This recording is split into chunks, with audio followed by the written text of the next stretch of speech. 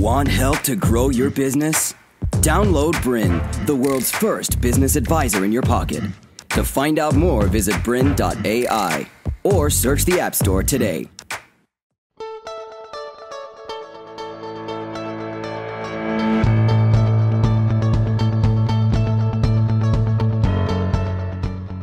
Welcome to Navigate Your KPIs. My name is Muffy Churches, and thank you for joining myself and our KPI expert, Andrew Wadsworth.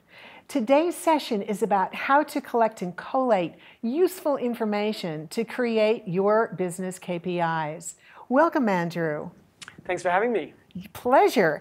Now, just for our viewers, let's just review the first 3 episodes together. We chatted about how to create KPIs in order to make sure that we could drive our business goals. And we also touched on a framework that you like to use. It has 7 layers to it, which was really useful. We might be talking about that in a second as well. We touched on data collection, but we didn't do anything in depth in that space. And we thought we'd save that for this episode together. Great. So I might start with a first question for you, Andrew, which would be, help us understand what sort of data we're searching for, what kind of information do we need, and where do we find it? Yeah, so going back to the 7 categories of looking at a business, that's a good place to start because each one of those categories generally is linked to different software. So the best way to get data out of systems is automatically. And if you think about finance, for example, if you've got an accounting system and a bookkeeper who's keeping everything up to date, then all of that data in that system can be readily taken out by either looking at your reports or also through, if it's a cloud-based or online-based accounting platform, you can use their application programming interface, or API, which allows you to take little bits of data as you need it. So that's the easiest way from my perspective to look at it. I like looking at those 7 areas of the business. So if we look at finance, definitely from the accounting system, you've got your receivables and payables, your account balances, you can have ratios from there, and those are some of the most important numbers you can then use. For sales, you've got also your CRM. If you're using a customer relationship management for all of your sales, you can get the numbers out of there, but you've also got your accounting system.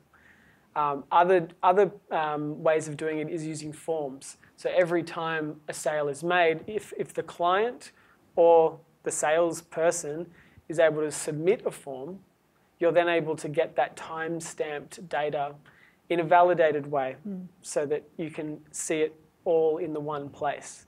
And then you can apply that to other areas too. For example, delivery, if you're in your fulfillment side of your business, same thing. Once you've completed a cycle of a production or completed a service, a form can be completed with certain data that you want to collect. So every area of your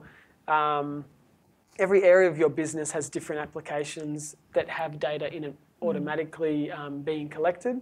So yeah, there's 2 ways I'd look at it. One is make sure you can get it automatic, and if you can't, then maybe try to submit it through a form which can at least keep the data validated and time-stamped as it's coming through. Okay, that's great. So what you've described then is pulling information from various parts of the business in a sense. And I imagine there could be, depending on the size of the business, there could be an awful lot of data coming through. So is there a particular methodology that you would use or is there a need to filter that data in any way? Yeah, definitely. So with a KPI, it's going to be based on a business objective.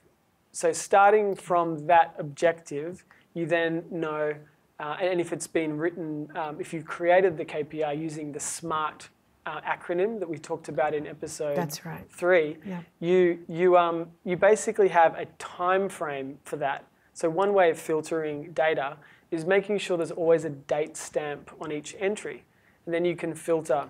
So for example, let's look at a KPI that is maybe increase monthly revenue by 10%, and therefore you have the time frame, which is the month, and then you have a specific target that you're trying to hit, which is the 10% increase.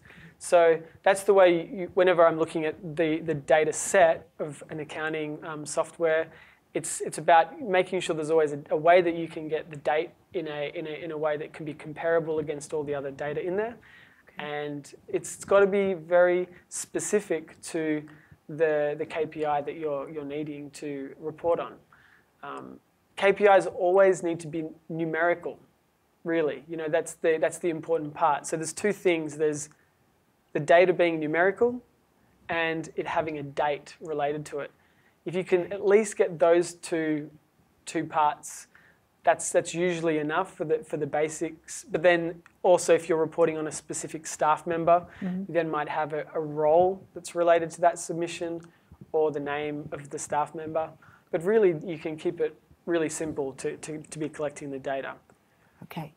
And so just maybe sort of enlarge upon the simplicity and the importance of keeping the data collection simple, or the means by which what's the importance to it?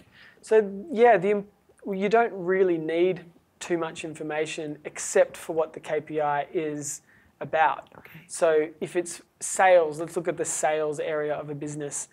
You may have different sales targets for 3 different salespeople, for example. Yeah. So the information you're going to need are the differentiation between the people, the fact that it's a sales role, the dates related to their monthly targets, and then the number that's coming through. So one way of collecting that data would be on every sale that comes through, you've got the total amount.